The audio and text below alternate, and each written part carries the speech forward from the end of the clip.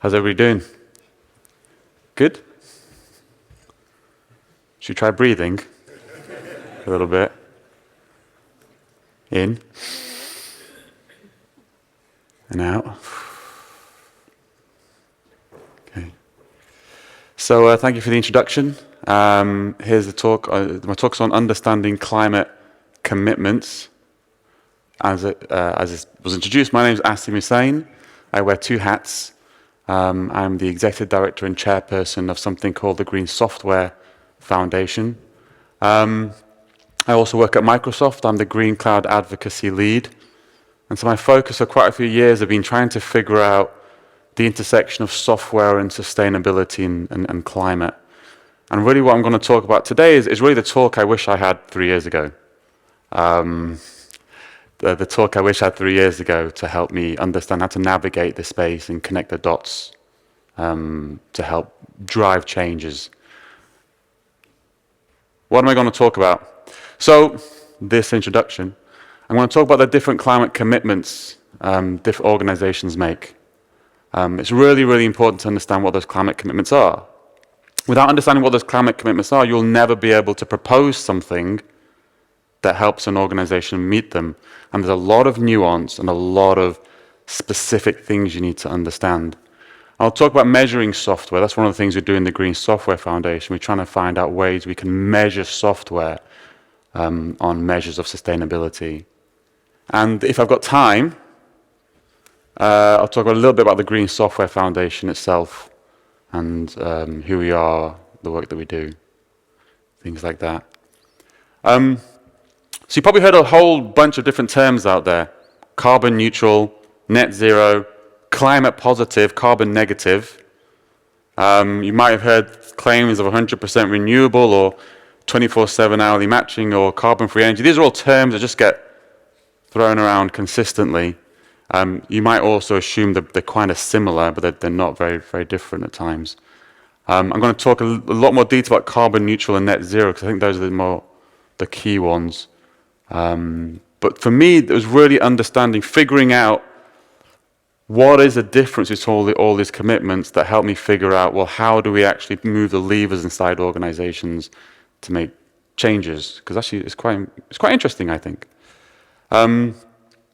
Just to break it down a little bit, the problem that we're solving is that there are these things called greenhouse gases in our atmosphere that are warming up the planet. The most common is carbon dioxide. But there are other ones as well. There's methane. It's about 40 times more warming than carbon. But we just normalize everything into something called carbon dioxide equivalent. So if you hear anybody talk about carbon, they're talking about the whole range of greenhouse gases out there.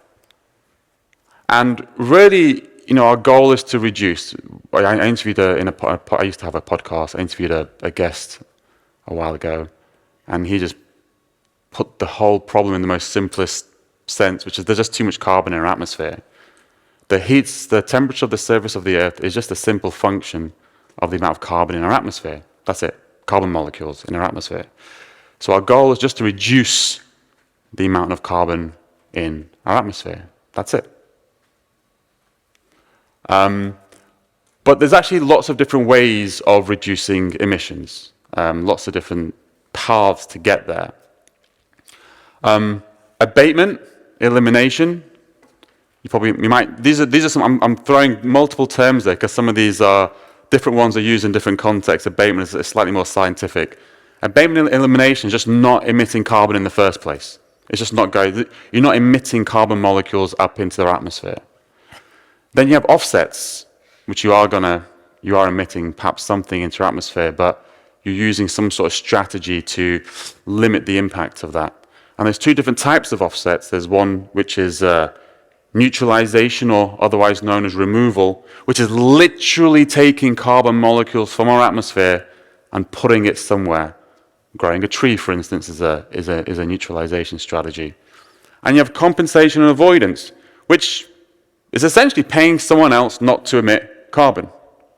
Just paying someone else not to do it. So a good example of this, I think, is taking a flight.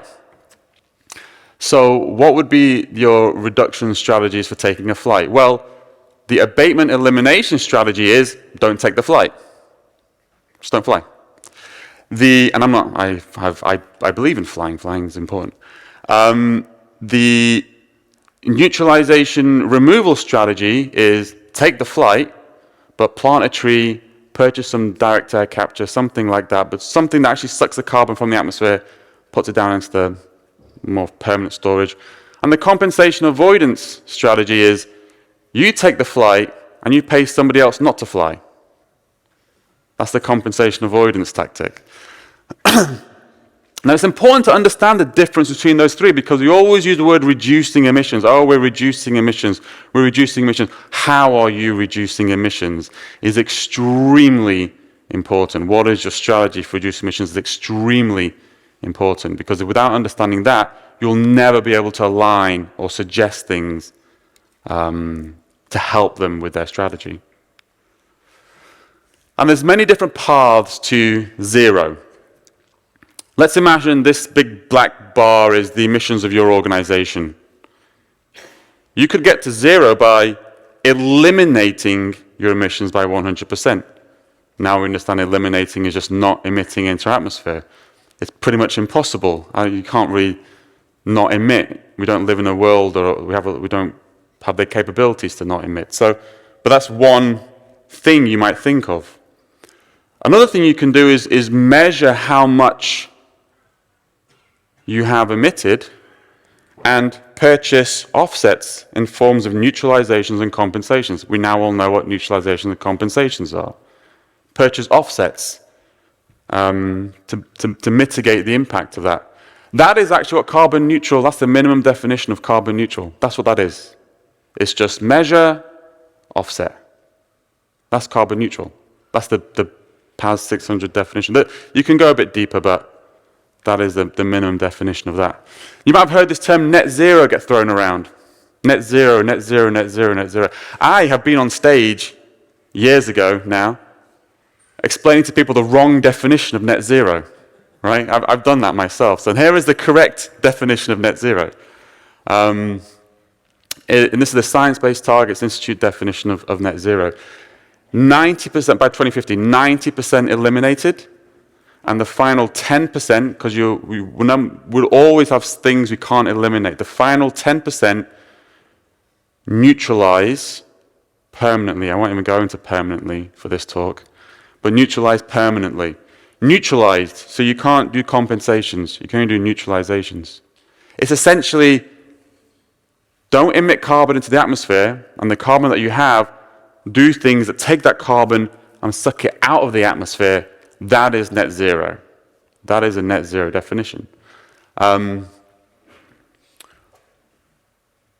so when an organization makes a commitment, it's really important what they've written. Because you can see here, there's so many different paths to zero. You need to know which type of strategy they've committed to. Because then when you're running around your organization saying, oh, I propose X, propose Y, propose Z, at the end of the day, they'll be like, well, that's great, but that's not going to help us. We don't need that to hit our target. That's not going to help us hit our target, right? Because the target is very, very important. Net zero is extremely challenging. Elimination is extremely, extremely challenging. All in the first year of COVID, remember COVID? In the first year of COVID, there's various studies, but it goes from 5 to 7% reduction. Elimination, that's all it was, the entirety of COVID, 5 to 7% reduction. So getting to 90% is extremely hard, extremely, extremely hard, and that's what a net zero target is. I'm going to have lots of time spare. So now those are kind of the different climate targets that are out there. Kind of, I just talked about, and I should say, carbon, you might have heard the word carbon negative. So Microsoft has a carbon negative commitment. And all that is you just a little bit more, just offset a little bit more than that, you're negative. There's no definition, there's no standard for this stuff. There's I don't want to name the brand. There's another organization that uses climate positive. There's no definition of climate positive. It's just the term. These are now have standards of close to kind of globally adopted standards. around them.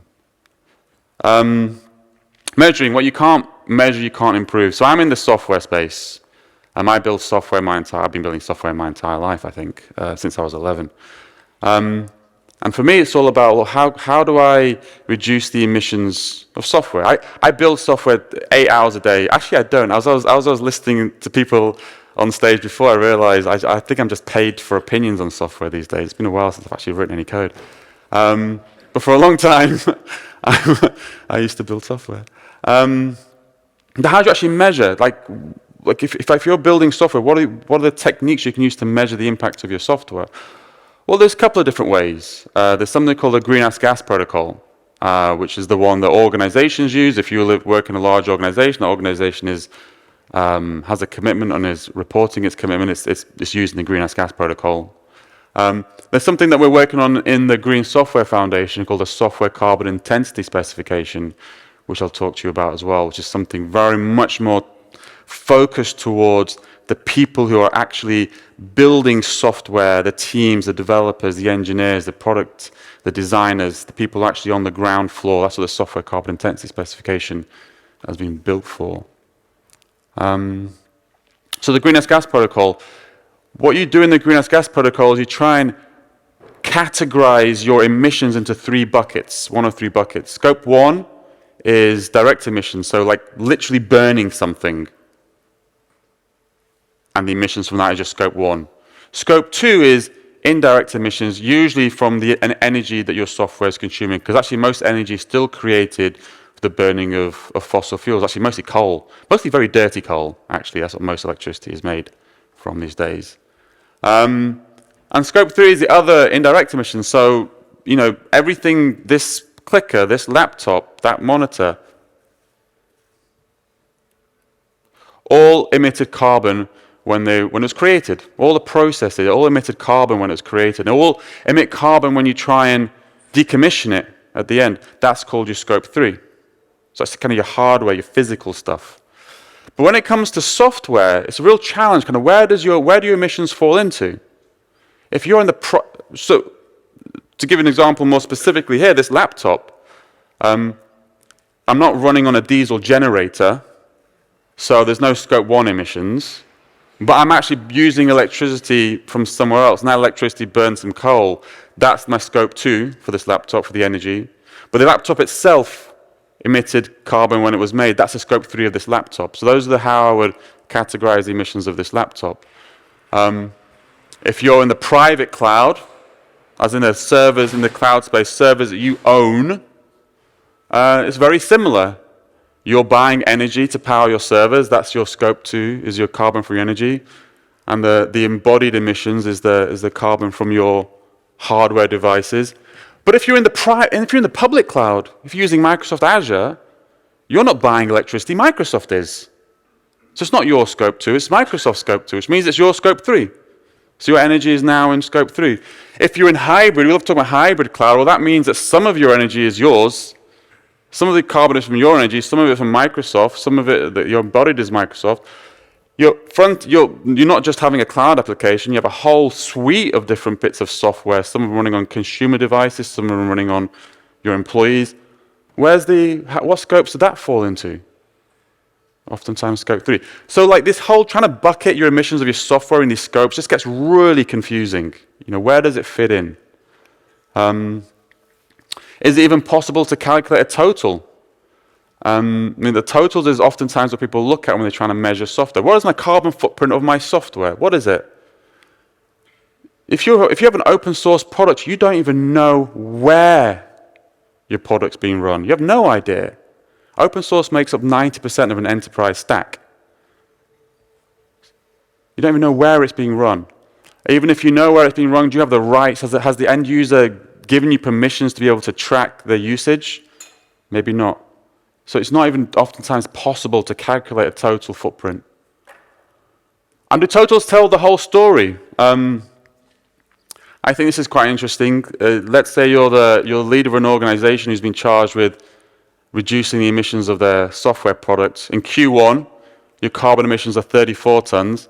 And in quarter 2, they increased to 52 tons. Should you be fired or promoted? Should you cancel all of your projects or double down on them? What's the point of a metric which doesn't help you make choices and decisions? What if it was something more like this? What if it was more of a rate? Your carbon emissions of your software product were 3.3 grams per user, and in Q2 it went down to 2.9 grams per user. Because your total emissions could have increased, because we're in the software business. We're in the software business, which means every one of you is going to be employed or works or owns an organization that is growing. Right? We're in a growth sector. So it means if you've got a software product, it is growing. Right? So your carbon emissions are just going to grow all the time. So it's not a useful metric. This is far more useful. You know that whatever you invested in is a good investment. Keep on investing in it. Promote your leader, maybe. But it gives you better, more useful information. It gives you a target that your software teams can try and hit. It gives information to your consumers about how they should use your product and what impact it might have. Rates are far more useful as information here. And that's what we're doing with it. That's what the software carbon intensity standard is that we're working on in the foundation. It's a carbon per R. R is what you call a functional unit. And you decide your R by how your application scales. If your application scales by user, you choose user. If it scales by API call, you choose API call. And we don't bucket in scope 1, 2, and 3.